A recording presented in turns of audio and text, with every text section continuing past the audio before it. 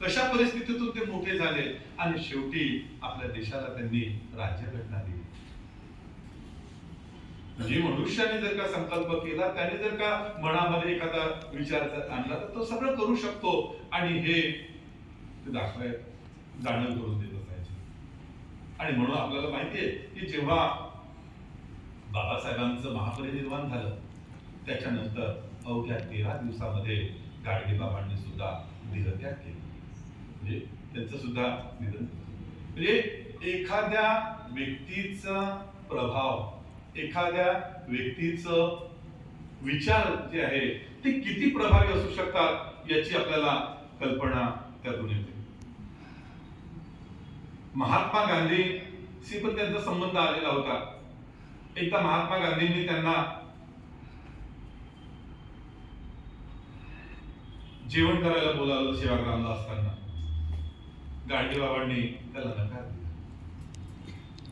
त्यांनी पूर्ण पटांगण जे आहे ते सगळं झाडून स्वच्छ केलं आणि नंतर हातावरती भाकर आणि ते कांदा घेऊन त्यांनी ते खाल्लं. म्हणजे कुठलीही गोष्ट जी आहे तर ती करताना आपण श्रम केले पाहिजे हेच त्यांना अपेक्षित होते. ते अनेकदा असं हे सुद्धा सांगायचे की आपण मंदिरात जाऊन पूजा करतो, देवदेव करतो, पण एखादं जर संकट आलं तर कुठला देव आपल्याला वाचवायला येतो का? येत नाही. जेव्हा इंग्रजांनी आपल्यावरती राज्य केलं, इंग्रजांनी जेव्हा आपला देश गुलाम पारतंत्र्यामध्ये आपण गेलो, गुलाम झालो, तर कोण आपल्याला मदतीला आलं? तेव्हा ज्या महापुरुषांनी या देशाच्या आंदोलनामध्ये सहभाग घेतला, आपल्याला गुलामगिरीतून बाहेर काढण्यासाठी प्रयत्न केले, त्यांनी गांधीजीच्या संदर्भामध्ये सुद्धा बोललेले आहे की इंग्रजांना चले जाओ ची घोषणा त्यांनी केली. इंग्रजांना हाकलून लावण्यासाठी त्यांनी जो सत्याग्रह केला, त्यामुळे आपल्याला स्वातंत्र्य मिळालं. म्हणून देव जर मानायचं असेल तर त्यांना माना. म्हणजे माणसामध्ये देवत्व आहे, माणूसच हा सगळ्याचा उद्धारक आहे ही त्यांनी दाखवून दिलं. त्यांनी एकीकडे म्हणजे असं त्याला विरोध केला नाही, परंतु काय सत्य आहे आणि काय असत्य आहे हे त्यांनी दाखवलं. त्याचप्रमाणे धर्माची जी आहे तर ही धर्माची सुद्धा अधोगती कशी होती किंवा धर्म जो आहे हा कसा आपल्याला मारक ठरू शकतो हे सुद्धा त्यांनी दाखवले. की आपणच आपल्या समाजातील एका वर्गावरती जेव्हा अन्याय करतो तेव्हा ते जेव्हा दुखावल्या जातात तेव्हा त्यातून विध्वंस निर्माण होत असतो.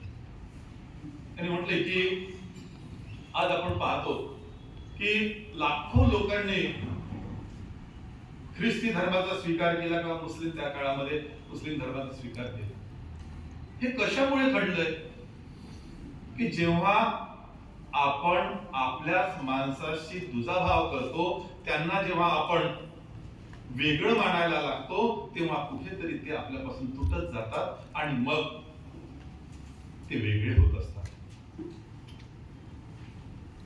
या सगळ्या गोष्टींचा उहापोह गाडगेबाबा आपल्या कीर्तनाच्या माध्यमातून करायचे. कीर्तन हे प्रभावी माध्यम त्यांनी निवडलं आणि त्यासाठी ते काय करायचे की अगदी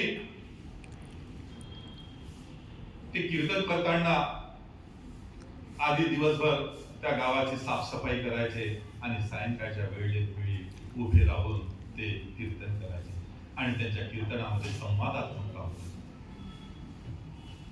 एकांगी त्यांचं कीर्तन नव्हतं तर ते लोकांशी संवाद साधायचे आणि संवाद साधून त्यांच्याकडून अनेक प्रश्नांची उत्तरं ते जाणून घ्यायचे आणि त्यातून लोकांमध्ये ते प्रबोधन घडवून आणायचे.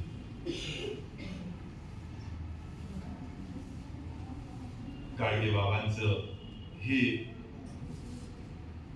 विचार जे आहे ते विचार आपल्याला आजही त्यांची तितकीच गरज आहे. आज आपण पाहतोय की एकीकडे मनुष्य शिकला, मोठा झाला, सगळे काही त्याने मिळवलेलं आहे, पण दुसरीकडे त्याची नीतिमत्ता जी आहे ती ढासळत चाललेली आहे. परस्परांविषयी द्वेष, एकमेकांविषयीचा तिरस्कार त्याच्यामध्ये निर्माण होतो. जेव्हा गाडगे बाबांचं आपण चरित्र पाहतो किंवा त्यांचा जेव्हा आपण विचार करतो, तर त्या गाडगे बाबांनी त्या ट्रस्टमध्ये कुठेही आपल्या कुटुंबातील लोकांना त्यामध्ये संधी दिली. मृत्यूपत्रात लिहिलं त्यांनी की एकाचाही त्याच्यामध्ये अधिकार त्यांनी ठेवला नाही. असंख्य धर्मशाळा त्यांनी बांधल्या, पण त्या धर्मशाळेत कधी ते राहिले नाही. ती धर्मशाळा बांधून पूर्ण झाली की ते लगेच दुसरीकडे जायचे. त्यांच्या वागण्यामध्ये, त्यांच्या आचरणामध्ये उक्ती आणि कृतीचा एक मेळ होता. ते सुद्धा आपल्यासारखे सुटापुटात राहू शकत होते, पण जेव्हा त्यांनी पाहिलं की आपल्या देशातील असंख्य जनता जी आहे, कारण की आपला भारत देश हा कृषीप्रधान देश होता, शेतकरी आणि कष्टकरी लोकांचा हा देश, अत्यंत दारिद्र्यामध्ये तो जगतोय आपले बंधू बांधव म्हणून, आणि आपण सुखात जगणं हे त्यांना मान्य नव्हतं. आणि म्हणून त्यांच्या अंगावरती आपण वस्त्र जर पाहिलं तर आपल्याला ठिगळं दिसतं, किंवा त्यांच्या मध्ये जी ही विसंगती दिसते, तर ती एक समाजाचं चित्र त्यातून आपल्याला साकार होताना दिसते. कुठलाही संत किंवा कुठलाही महापुरुष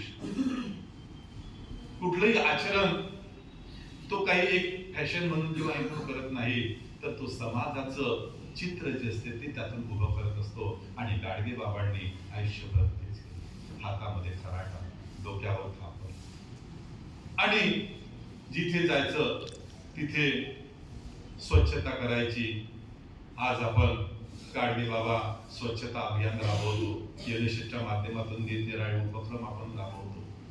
ते गाडगे बाबांनी तेव्हा केले, आणि या स्वच्छतेचं महत्व आपल्याला कोरोनाच्या काळामध्ये लक्षातच आलं की काय परिस्थिती असते आणि किती त्याचं हे असतं महत्व, हे आपल्याला त्यावेळी कळलं.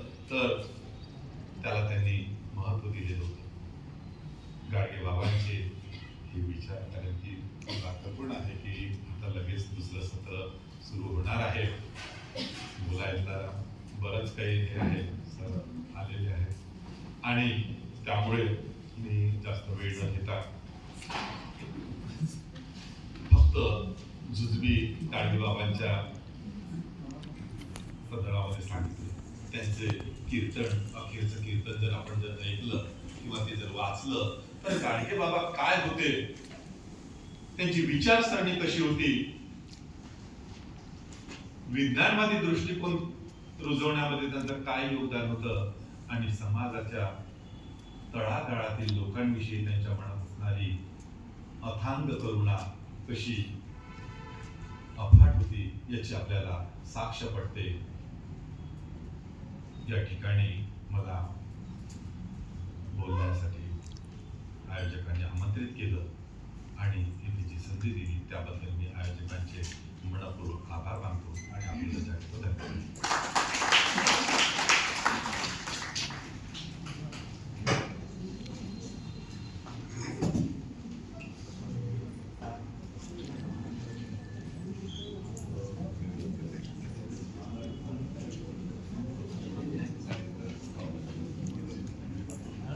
डॉक्टर राजेंद्र वाटाणे सरांनी संत गाडगेबाबा यांचे मौलिक विचार अत्यंत सोप्या भाषेत आपल्याला सांगितलेले आहेत.